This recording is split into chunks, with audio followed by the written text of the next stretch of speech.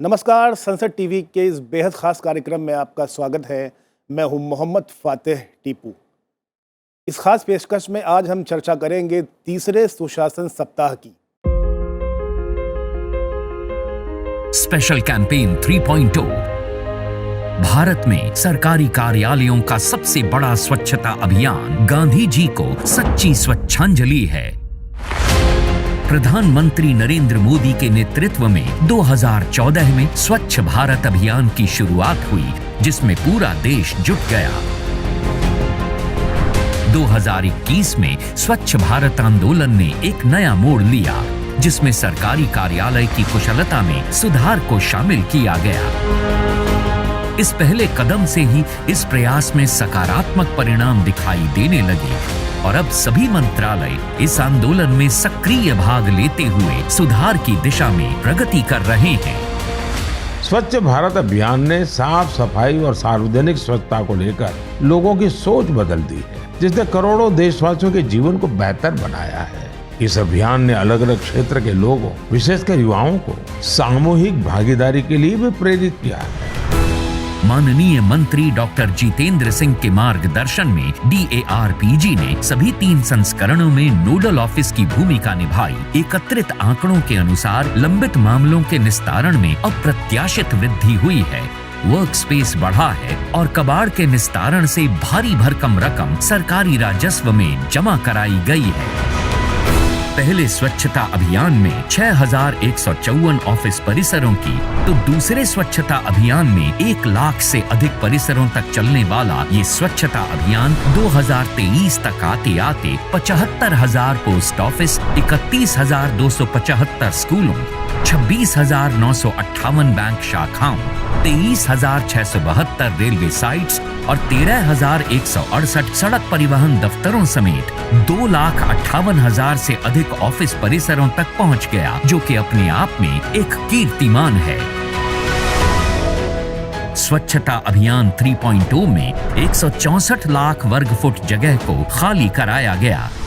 इस दौरान सरकारी दफ्तरों से 26.35 लाख फाइलों का निस्तारण हुआ, जबकि ऐतिहासिक महत्व की 3,100 फाइलों को राष्ट्रीय अभिलेखागार के संरक्षण में भेज दिया गया है। साथ ही 5,21,958 लोक शिकायतों की सुनवाई हुई, जो कि अपने आप में एक रिकॉर्ड है।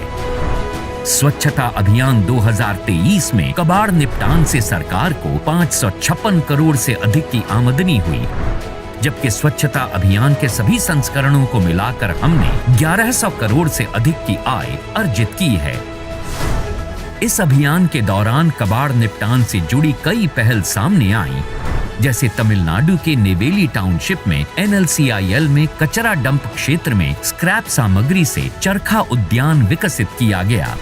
South eastern coal field limited ने छत्तीसगढ़ में बंद हो चुकी खदानों में पर्यटन स्थलों का विकास किया है। GST भवन भोपाल की छत ग्रीन रूफ टॉप में बदल दी गई, तो डाक भवन में अनुपयोगी कक्ष की सूरत बदलकर उसे स्टाफ लाउंज का रूप दे दिया गया है। देहरादून में पॉलीथीन कचरा बैंक स्थापित किया गया है, जहां अनुपयोगी पॉलीथीन को खरीदकर उनसे उत्पाद बनाए जा रहे हैं। विद्यांजलि के अंतर्गत कार्यालयों के पुराने कंप्यूटर और लैपटॉप नवीनीकरण के बाद सरकारी और सरकारी सहायता प्राप्त स्कूलों को प्रदान किए गए, ताकि वहां पढ़ने वाले बच्चे इनका लाभ उठा सकें। साफ सुथरे और व्यवस्थित ऑफिस से कर्मचारियों की उत्पादकता में भी सुधार हुआ है तथा अपने कार्य और कार्यस्थल के प्रति संवेदनशीलता और जवाबदेही विकसित हुई है। सारे स्टाफ को हम अपने इसमें इन्वॉल्व करते हैं कि भैया स्वच्छता का ध्यान रखो विशेष रूप से। हम सब लोगों को अच्छा लगता है कि हमारा एक फ्रेंडली वर्क एटमॉस्फेयर भी हो गया है, जिसकी वजह से हम लोग काफी पॉजिटिव फील करते हैं। जैसे अपने घर पे जाने में खुशी होती है, वैसी खुशी हमें ऑफिस में आने की खुशी होती है यहाँ पे। अभी तो ये शुरुआत है, अभी यात्रा और लंबी है। स्वच्छता अभियान की ये गतिविधियां निरंतर जारी रहेंगी और सभी मंत्रालयों के कर्मचारी प्रति सप्ताह अपने 3 घंटे इन गतिविधियों के लिए समर्पित करेंगे। संकल्पों की नींव पर खड़ा भारत स्वच्छता अभियान के जरिए राष्ट्रीय स्तर पर नए रंग भरता भारत, उभरता भारत। इस कार्यक्रम में हिस्सा लेने के लिए हमारे साथ स्टूडियो में 3 खास मेहमान हैं। पी श्रीनिवास जी जो DARPG के सेक्रेटरी हैं, और शैलेंद्र कुमार द्विवेदी जी जो DDG हैं भारतीय डाक विभाग के, और साथ में हैं हिमानी भयाना जी जो CBIC की कमिश्नर हैं। आप तीनों मेहमानों का बहुत बहुत स्वागत स्टूडियो में। चर्चा की शुरुआत श्रीनिवास सर आपसे करना चाहूँगा। जिस तरीके से 2021 में देश के प्रधानमंत्री से प्रेरणा एक तरीके से लेते हुए आप लोगों ने इसकी शुरुआत की थी सुशासन सप्ताह की, PM के संदेश की अगर मैं बात करूं तो क्या खास बातें रही हैं उनके संदेश में?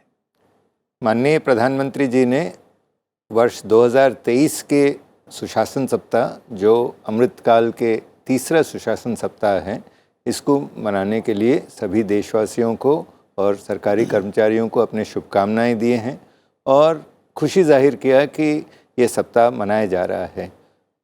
दिनांक 25 दिसंबर हर वर्ष सुशासन दिवस के रूप में मनाया जाता है। भारत के पूर्व प्रधानमंत्री भारत रत्न श्री अटल बिहारी वाजपेयी जी के स्मरण में, और माननीय प्रधानमंत्री जी ने इस संदर्भ में हमें ये मैसेज दिया कि जो लाल किले के प्राचीर से उन्होंने 5 प्रण की जो वर्णन किया था, इस 5 प्रण को पॉलिसी और प्रक्रिया के रूप में, सुशासन के रूप में मूर्ति रूप करें और जो औपनिवेशिक विरासत हैं इसको छोड़ के एक सशक्त, समावेशी और विकसित भारत बनाने के लिए सुशासन को लागू किया जाए और सभी कर्मचारी और अधिकारी इसके लिए निरंतर प्रयत्नशील रहें।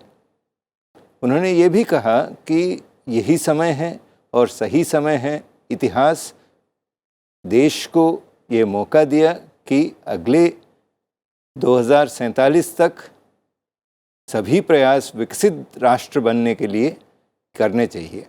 यही समय है, सही समय है। जैसा अभी सर ने जिक्र किया, श्रीनिवास सर ने, सरकार काफ़ी प्रयास कर रही है सुशासन के माध्यम से कि किस तरह से देश के कोने कोने तक पहुँचे, आम नागरिकों तक पहुँचे, और जो सुविधाएं सरकार एक तरीके से आम लोगों तक पहुंचाना चाहती है वो याद करने का समय है सुशासन सप्ताह के माध्यम से। डाक विभाग की अगर मैं जिक्र करना चाहूँ तो क्या बेस्ट प्रैक्टिसेस रही हैं डाक विभाग की? तो समय तो मेरे ख्याल से सही होते होते और सही हो गया है पिछले 10 सालों में, और अब हम लोगों को इस 10 साल के अभियान के बाद ये बहुत कॉन्फिडेंस आया है कि हम आगे जो सर ने अमृतकाल का जिक्र किया, उस अमृतकाल के लिए जो आगे आने वाले साल हैं उनके लिए एक बहुत अच्छा फाउंडेशन बना पाए हैं अपने प्रयासों के जरिए, जो गुड प्रैक्टिसेस उभर के आई हैं उनके जरिए, और ये प्रयास जिसको हम आगे जारी रखने का संकल्प दोबारा से इस सुशासन सप्ताह में भी ले रहे हैं, उसके साथ भी हमने जो पिछले 10 साल की जर्नी है उसको इस साल बहुत ध्यान से देखा, क्योंकि हमने ये जो प्रण है, आगे संकल्प है विकसित भारत का, आगे 2047 तक में, उसके लिए हमने ये सोचा 2014 से जब हमने ये प्रक्रिया शुरू की तो अभी 2022-23 में हमने कहाँ तक का वो सफ़र तय किया।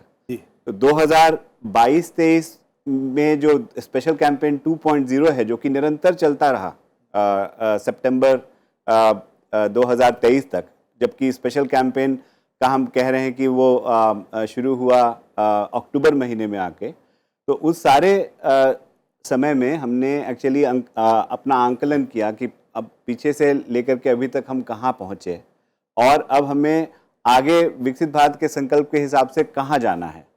तो हमने इस बार शुरू में ही अगस्त महीने से बहुत जोर शोर से तैयारी शुरू की और उसको हमने आगे अपने सारे सर्कल्स को बताया कि हमने पिछले 10 सालों में इस तरीके से अपना सफ़र तय किया है स्वच्छता का, और बेस्ट प्रैक्टिसेस का भी सफ़र पिछले 3 सालों से सुशासन सप्ताह के बीच में शुरू हुआ है। तो हम इसको आगे कैसे ले जाएंगे, हमें ये भी मार्ग तय करना है। और हमने जो पिछले 10 सालों में किया उनमें से क्या चीज़ें अच्छी निकल के आई हैं, किनको ज़्यादा करना है, किनको कम करना है, वो भी देख करके चलना है। और हमने ये प्लानिंग का प्रोसेस सारे आगे पीछे की कड़ियों को जोड़ने के हिसाब से बाद में आपने किया है, जोड़ने के हिसाब से हमने बनाया है उसको। जी, और जी, बेस्ट प्रैक्टिसेस जो हैं वो एक्चुअली सारे मतलब अगर लिस्ट करने को जाएं तो बहुत सारे ऐसे काम हैं जो मतलब अनगिनत है, जो लोगों की सुविधा के लिए सरकार ने और DRPG ने किए हुए हैं। मैडम हिमानी जी, आप के विभाग की मैं बात करना चाहूँगा, जो कि एक करदाता को बड़ी उम्मीदें होती हैं। Central board of indirect tax विभाग से आप आती हैं। विशेष अभियान 3.0 में बहुत अच्छा आपके विभाग ने काम किया, हमने उसको देखा बहुत करीब से, बहुत गौर से। ड्रग डिस्पोजल की बात मैं करूं या सिगरेट डिस्पोजल की अगर मैं बात करूं, ये भी आप लोगों ने काफ़ी बेहतर तरीके से इसको अंजाम दिया। इसके बारे में थोड़ा सा आप बताइए। केंद्रीय अप्रत्यक्ष कर और सीमा शुल्क बोर्ड ने विशेष अभियान 3.0 में बहुत ज़ोरों शोरों से भाग लिया। एक तरफ हमने 2000 स्थलों की सफाई करी जहाँ पे एलिफेंटा केव्स था, एक रिवर थी शिलोंग की। दूसरी तरफ हमने अपने कार्यालयों के स्थानों को सफाई करी। विशेष अभियान 3.0 पिछले 2 अभियानों से इस तरह से अलग है कि इस बार हमने सिगरेट्स, जो कि विदेश से आई हुई थी, और नशीले पदार्थ जैसे हेरोइन, कोकेन, एम्फेटामीन, उन सब को हमने नष्ट किया। 9000 किलो गांजा हमने नष्ट करा और 700 kg ये नशीले पदार्थ। 3.5 करोड़ सिगरेट स्टिक्स हमने ड्यूरिंग द स्पेशल कैंपेन नष्ट करी। इसके अलावा हमने 2000 स्थलों की सफाई करी, जिसमें एलिफेंटा केव से लेके शिलोंग की एक नदी भी है। हमने अपनी तरफ से स्वच्छता को संस्थागत करना चाहते हैं। अब हम ये हमारा पूरा बोर्ड और सारे सबऑर्डिनेट ऑफिसेस का है अब मानना कि सिर्फ अक्टूबर के महीने में ही हम ये सब प्रोजेक्ट्स नहीं लेंगे, पूरे साल ये करेंगे और स्वच्छता हमारी संस्थागत होगी। अब श्रीनिवास जी, जिस तरह से तमाम विभाग सुशासन सप्ताह के माध्यम से अपने अपने विभाग की नीतियों को सरकार और खासकर आम लोगों के बीच में एक कड़ी बन रहे हैं, साबित हो रहे हैं। अगर मैं आपसे पूछूं कि 2021 में चूंकि इसकी सुशासन सप्ताह की शुरुआत हुई, ये तीसरा सुशासन सप्ताह है, पहले 2 जो रहे हैं उनसे आप तीसरे सप्ताह को, इस तीसरे साल को कैसे अलग मानते हैं? वर्ष 2023 सुशासन सप्ताह अनोखा है और इसमें बहुआयामी भी है। सबसे पहला है, जैसे आपने हिमानी जी को सुना है, शैलन जी को सुना है, स्पेशल कैंपेन था, विशेष अभियान चलाया गया था। विशेष अभियान के जो अचीवमेंट्स हैं, इसके ऊपर एक वर्कशॉप आयोजित किया गया, जिसमें भारत के सारे मंत्रालय, सारे डिपार्टमेंट्स और सारे स्टेट्स और यूनियन टेरिटरीज इसमें भाग लिए थे।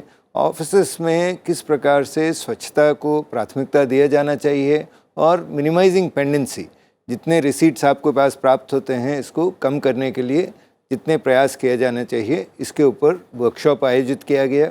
साथ ही साथ जो सचिवालय में initiative for increasing efficiency in decision making, निर्णयों में किस प्रकार से त्वरित गति से निर्णय ले सकते हैं, इसके बारे में एक इनिशिएटिव चल रहा था पिछले 3 वर्षों से।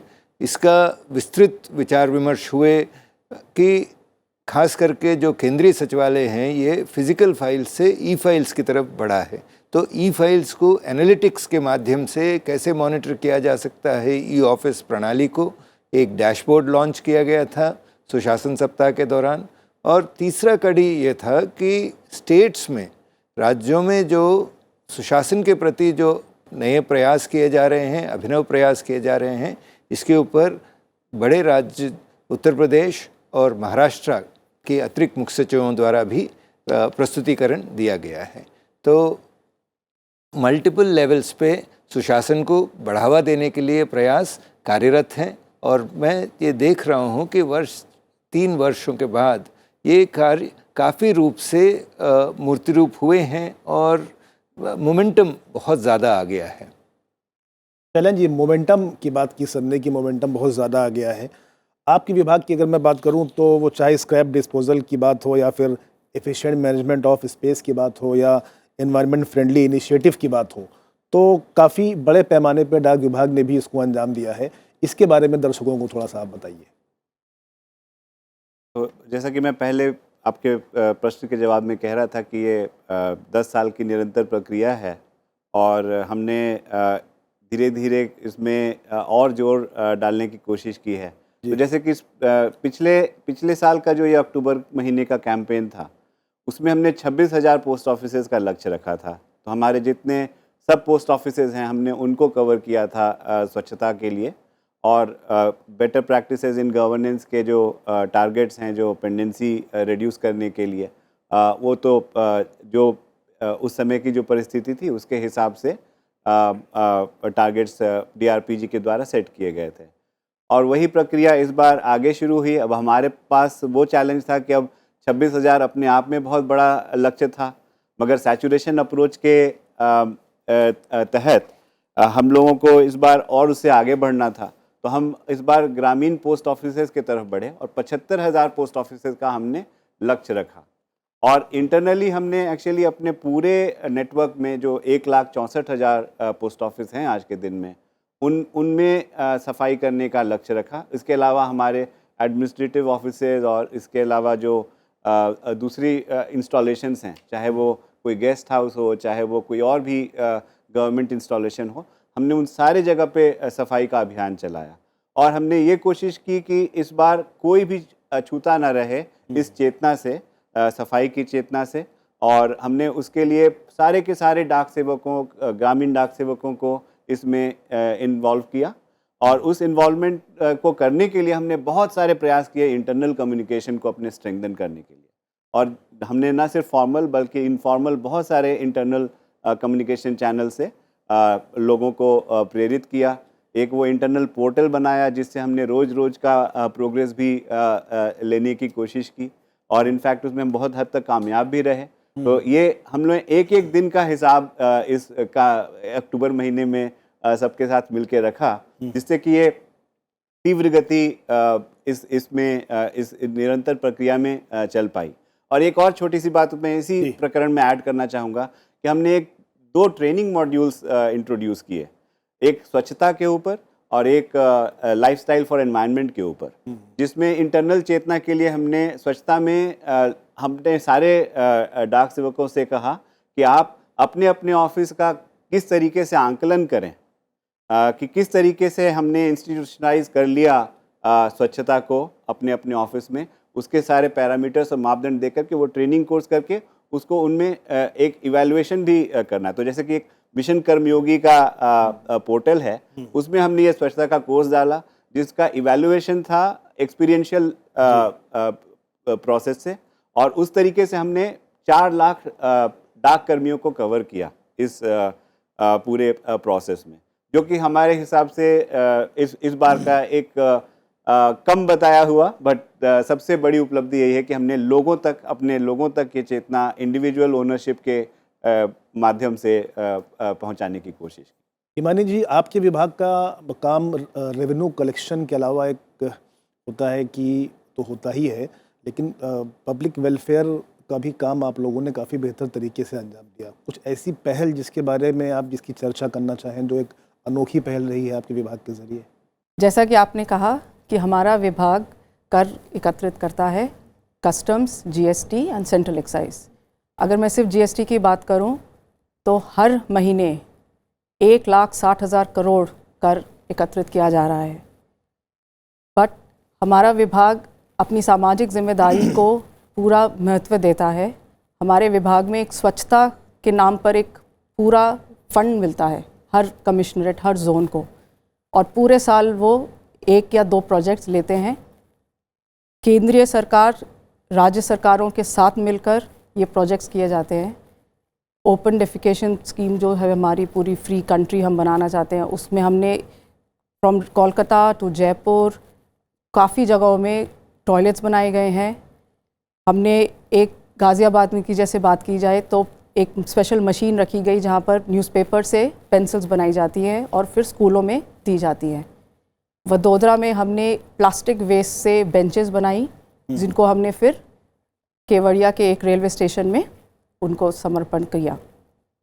उसी तरह जीएसटी में अगर देखा जाए तो जैसे इस कर को इकट्ठा करते हुए पहले इंस्पेक्टर राज के बारे में कहा जाता था, बट अब आ चुके हैं कि जब हम अपने जो नागरिक हैं, जो लोग सब ये कर देते हैं, उनको अब हम उनकी सुविधा के लिए हम यहाँ पर अब काम करते हैं। तो उसी तरह हमने एक जीएसटी के अंदर एक स्पेशल स्कीम निकाली, मेरा बिल मेरा अधिकार। इसमें हमने सभी को बोला कि 200 रुपये से ज़्यादा जो भी आपका बिल है, एक ऐप बनाई गई है जिसमें आप उसको अपलोड करिए और हर महीने उसमें हम लकी ड्रॉ से विनर्स चूज़ किया करेंगे। 10 वो जो उनमें से लकी लोगों को 10 लाख रुपया का भी इनाम हम देंगे। तो इस तरह हम मिलजुल कर अपनी सामाजिक जिम्मेदारी समझते हुए हर साल नए नए प्रोजेक्ट्स हम लेते हैं। श्रीनिवास जी, चूंकि एक दोहरा काम आपका होता है, अहम जिम्मेदारी है, आप चूंकि नोडल एजेंसी है डीआरपीजी, तमाम जो मंत्रालय हैं, विभाग हैं, देश के राज्यों के संबंधित जो ज़िले हैं, उनको भी आप निर्देशित करते हैं कहीं ना कहीं जो सुशासन सप्ताह है उसको आत्मसात करने के लिए, जो भी गवर्नमेंट ऑफ इंडिया के जो स्कीम्स हैं वो भी जन जन तक पहुंचाने के लिए। तो आप इस सिलसिले में आम लोगों के रिस्पांस की अगर मैं बात करूं, आम जन भागीदारी जिसको, क्योंकि प्रधानमंत्री खुद एक तरीके से मास मूवमेंट पर भरोसा करते रहे, चाहे मैं स्वच्छता की बात करूं या फिर लाइफ की बात करूं या दूसरे और भी तमाम योजनाएं रही हैं सरकार की, इसको आप कैसे देखते हैं?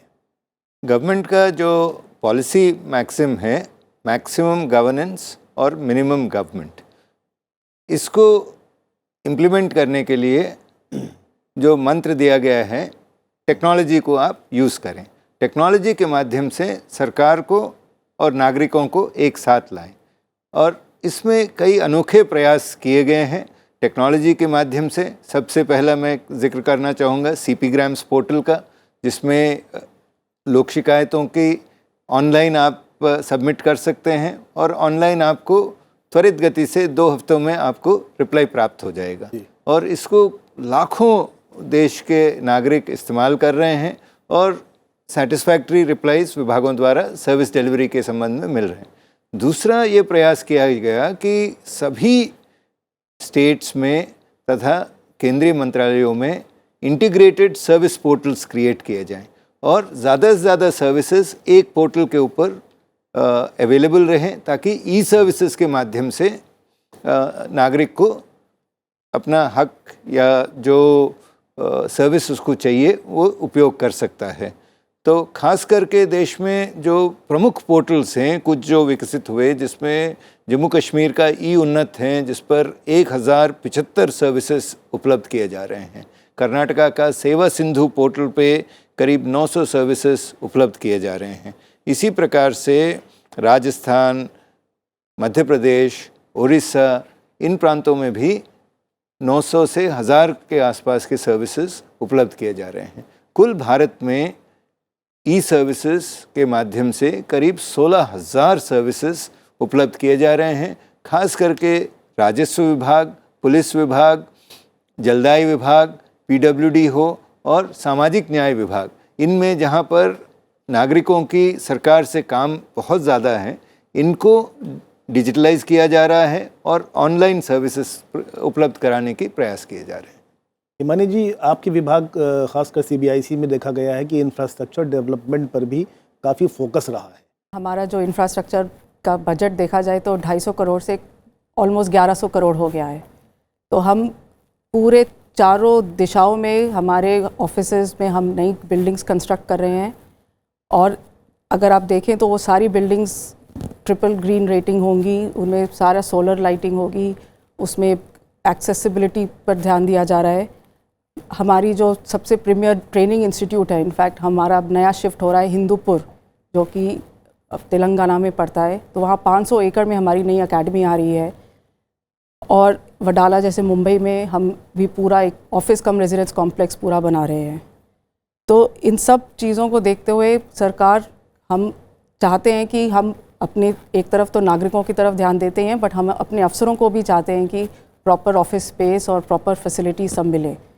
हमारे विभाग में एक यूनिक फीचर है कि एक वेलफेयर फ़ंड होता है जिसके तहत हम अपने ऑफिसेज़ को पैसा देते हैं जिससे वो एक कैंटीन बना सकें, जिम बना सकें, गेस्ट हाउस बना सकें। तो वो सब भी बहुत ज़ोरों शोरों से पूरे देश में हमारा चल रहा है। चलन जी, बहुत संक्षेप में अगर मैं जानना चाहूँ कि डाक विभाग की भविष्य में लेकर की क्या योजनाएं हैं? ये बहुत अच्छा सवाल है। संक्षेप में मैं आपको बताऊं तो जो एक आपने देखा होगा कि ये सुशासन सप्ताह के ईव पे ही 18 नवंबर को हमारा पोस्ट ऑफिस बिल जो है वो दोनों हाउसेज में पास हो गया है। तो अब ये नया एक्ट 2023 का इम्प्लीमेंट होगा। और अभी तक जैसा कि आपने उसके बारे में चर्चा के दौरान हमारे माननीय मंत्री जी का वक्तव्य देखा हो शायद, तो उन्होंने बताया कि कैसे मेल सर्विसेज से हम सर्विसेज ऑर्गेनाइजेशन की तरफ बढ़ रहे हैं। तो यही ब्रॉड जो ट्रांजिशन है प्रोग्रेस का वो इसी दिशा में है। और सेंट्रल जो सिटीजन सेंट्रिक सर्विसेज हैं उनके ऊपर बहुत सारा फोकस अब विभाग का आने वाले समय में रहेगा, जिसकी शुरुआत पिछले कुछ सालों में ऑलरेडी हो चुकी है। आधार की सेवा हो, पासपोर्ट की सेवा हो, इस तरीके से जीवन प्रमाण की सेवा हो, जो डोर स्टेप्स पे सेवा है पोस्टमैन मोबाइल ऐप के जरिए, न सिर्फ डाक बांटने का बल्कि आधार पेमेंट्स का भी और बाकी सब तरह की डोर स्टेप सुविधाओं का भी। तो एक जीता जागता एग्जाम्पल इन चीज़ों का ऑलरेडी है और ये खुलता ही चला जाएगा। निवास जी, चलते चलते आपसे जवाब लेना चाहेंगे संक्षेप में कि और क्या, चूँकि DRPD ने तो बहुत सारा काम किया है, हम जानते हैं, भविष्य को लेकर के क्या रोड मैप है अभी फिलहाल?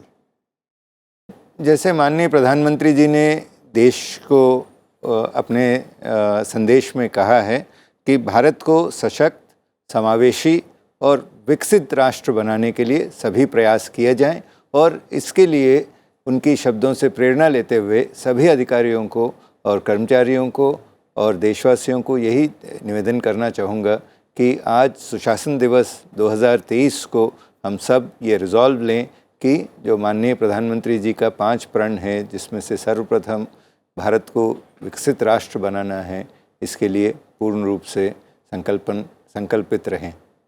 हिमानी जी, बहुत संक्षेप में टैक्स पेयर को लेकर के आप के विभाग में किस तरह की योजनाएं सामने आ रही हैं? जैसे कि सर ने भी कहा, ग्रीवेंस डिस्पोजल, ग्रीवेंस रिड्रेसल हमारा सबसे फोकस एरिया रहता है। वैसे हमें एज पर द लॉ हमें कहते हैं 30 दिन में, बट हम कोशिश करते हैं कि विदिन 10 डेज़ हम जवाब दे दें। साथ ही साथ हमने GST में GST सुविधा केंद्र अब हम बनाए जा रहे हैं, जहाँ पे कोई भी टैक्स पेयर आकर हमसे कोई भी सवाल पूछ सकता है। रजिस्ट्रेशन हमने अब बायोमेट्रिक ऑथेंटिकेशन के साथ जोड़ रहे हैं, जिससे कि बहुत ही आसान हो जाएगा रजिस्ट्रेशन लेना। कस्टम्स की तरफ हमने तुरंत सेवा केंद्र बनाए गए हैं, उधर भी कोई भी आकर हमसे कोई भी सवाल पूछ सकता है। तो आप तीनों मेहमानों का बहुत बहुत शुक्रिया, आपने संसद TV के इस कार्यक्रम में भाग लिया और अपने अनुभव साझा किए। तो संदेश साफ है कि विकसित राष्ट्र बनने की दिशा में प्रधानमंत्री नरेंद्र मोदी का जो संदेश है पंच प्रण का, उसको एक एक व्यक्ति को, एक एक नागरिक को अपनाना होगा। फिलहाल इस खास पेशकश में इतना ही।